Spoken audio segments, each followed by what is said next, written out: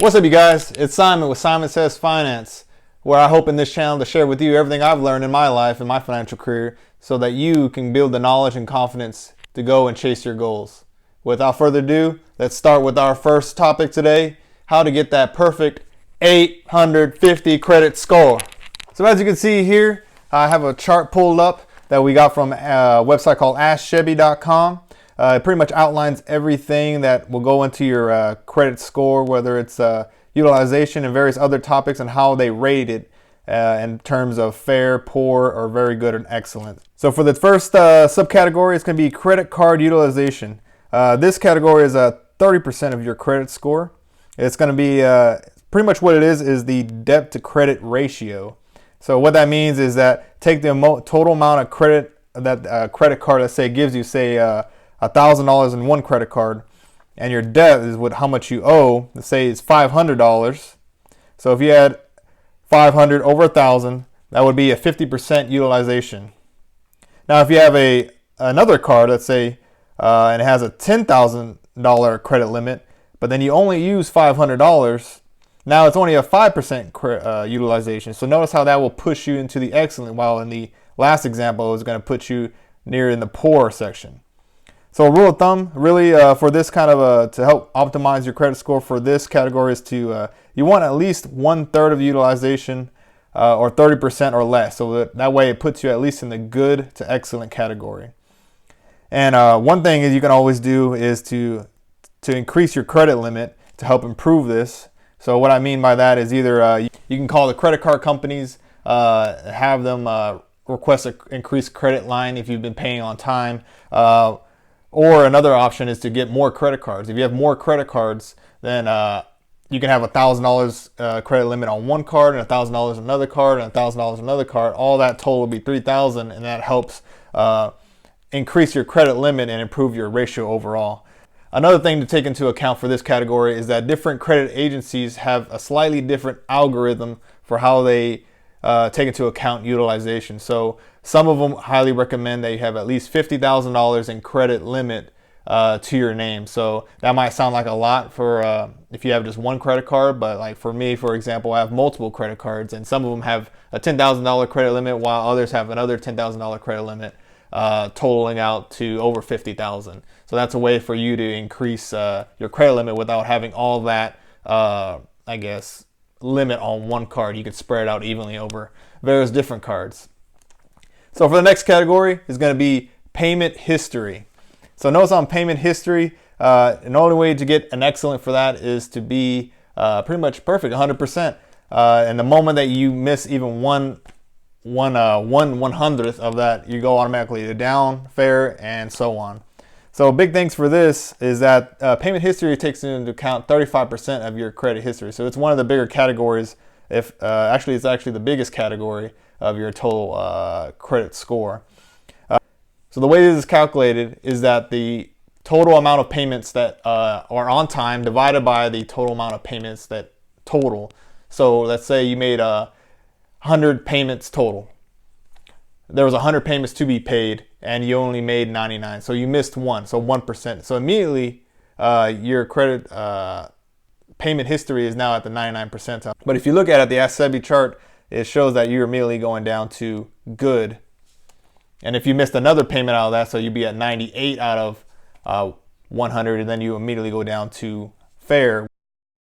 Key thing about this is that even if you miss one credit, if you even miss one payment, it will stay on your record for 7 years. So notice how this can really ding you for long term if you don't attack this quickly. So there are many ways to help prevent this from, I guess, becoming a factor for you. One of them is just to make automatic payments, set up automatic payments on your credit cards. That way, if something happened and you forget, or some unknown charge was paid onto it that you didn't even know about in the first place, at least the minimum payment will be paid. That way, you don't have any chance of getting a missed payment on there. But let's say you messed up in the past, and you missed a payment or two in the past, right? But you want to fix this. So how can we fix this? So one way, which is the slowest way, is just say you have one credit card and you missed one payment that year. So out of the 12 payments that you made that year, you missed one. So you made 11 over 12 on-time payments. which will put you at the 91 percentile. And notice how that's going to, on this category, it's 97% or less, which you're in the very poor category.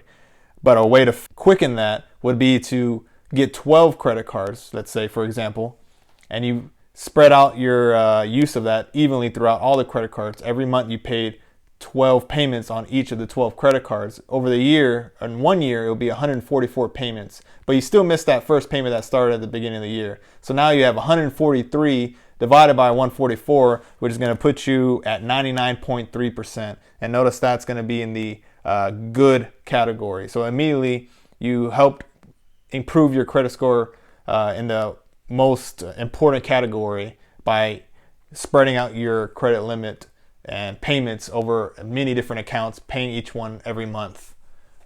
The next category is derogatory marks. So as you can see here, in order to get that excellent, you need to have 0 pretty much, but the moment you get 1, it automatically puts you in fair. So this could really affect you, and it might not even be your fault.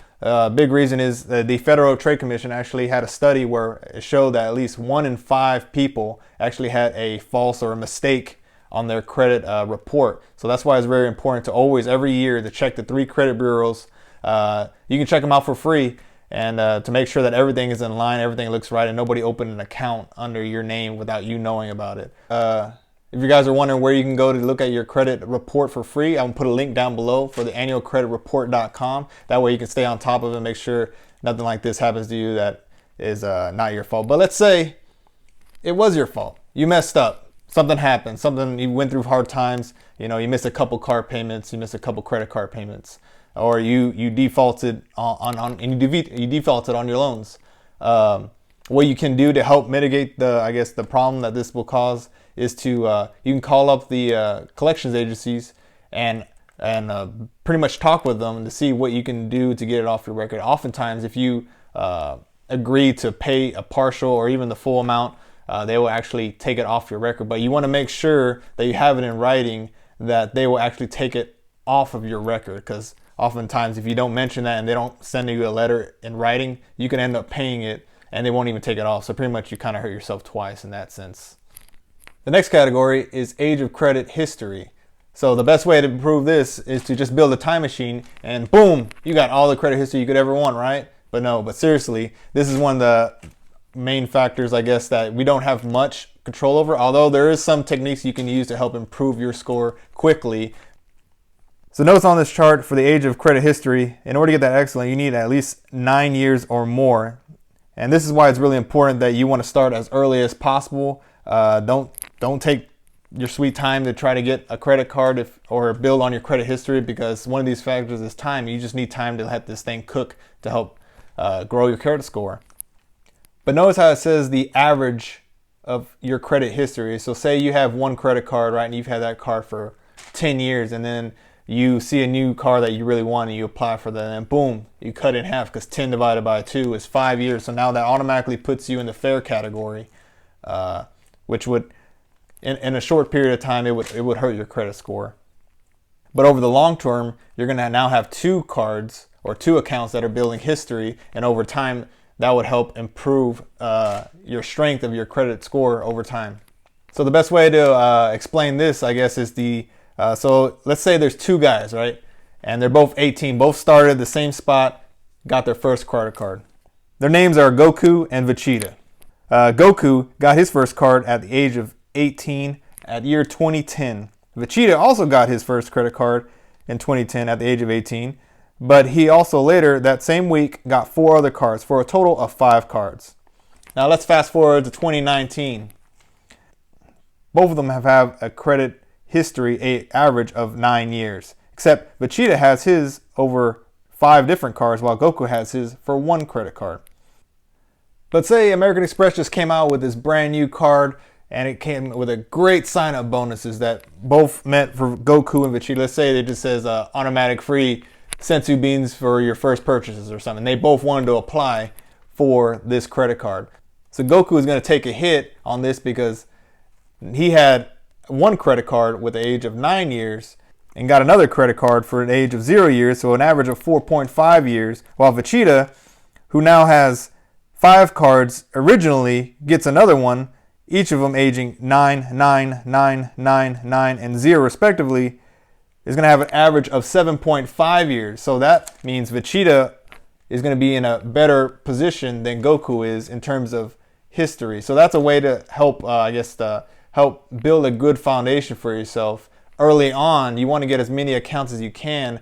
Open them, leave them open, don't cancel them. That way they can build that average up for you. That way in the event in the future you want another credit card or you need a loan or something, it doesn't take as much as a hit as if you only had one account. But say you wanted a faster way to help boost your history. You know, say you're 18 years old, right? And you want a way to improve. You don't want to wait 9 years, right?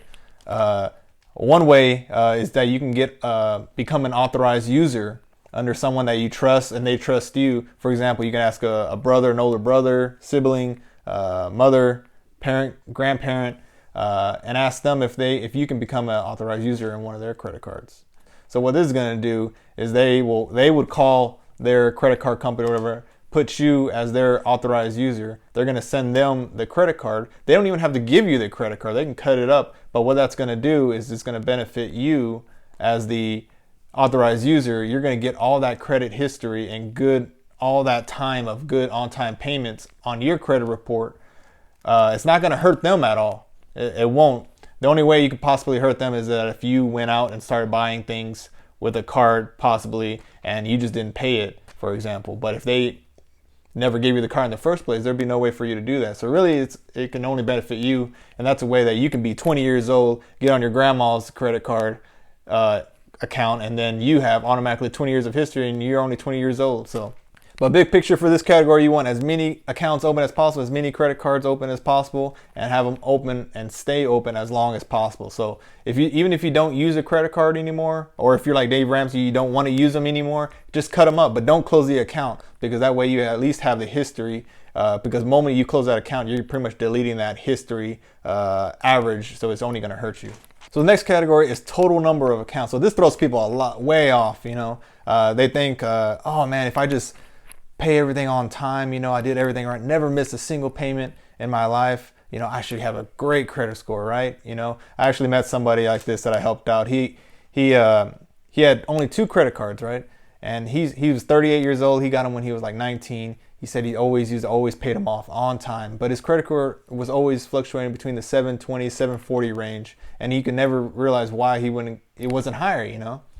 This is a category that would make or break that, right? So all I did was I recommended to him that just get one more credit card, right? I looked at all the things that he had. He had a house loan, things like that, car loan, various other types of loans. But if he just open a credit card, he didn't even have to use it really. Just the fact that he has an additional account open, he gave me a call back a month later after that day.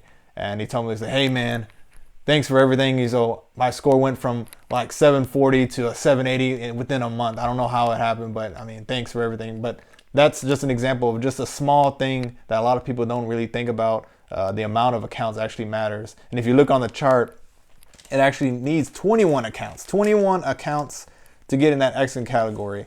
And most people are in the very poor category for this, because if you think about it, most people have a house loan, maybe a car loan or 2, and then maybe 1 or 2 credit cards. You already have 5. You're still at the very poor. Not many people have 10, 20 credit cards to their name that help push them to that excellent category. So this is one of the categories that I feel like the majority of people don't know about and are usually lacking because of that.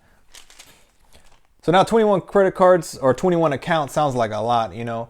I personally don't even have 21 accounts. I have I would say about 15 at the moment. But when I was 24, I got a 801 credit score and I only had 6 accounts, 6 credit cards to my name at that point. So really, you know, if you don't feel like that's something that you really want to push to get 21 accounts, or that might be too much for you to manage, just know that if you got like 5 or 6 credit cards in addition to your house or car loan, you should be fine to get a pretty decent credit score. Because it happened to me. I had an 801 and I only had 6 credit cards at age 24. So, but you do need that 21 accounts minimum in order to get that 850. So if you are pushing for that 850, you do need to get 21 accounts, whether it's through credit cards or various other types of credit lines. So credit inquiries, amount of credit cards count for about 10% of your total credit score. But this does not include soft pulls. So what I mean by soft pulls are things that are like usually for non-financial institutions, such as for a property management background check or for something that's done for like a job application. These are really just hard pulls, which are usually done from things that are looking to give you money for, so example, a credit card, bank loan, car loan, things of that nature. So if you look on the chart here, in order to get in that excellent category, you need to have 0, but to be in the very poor, you need 9 plus.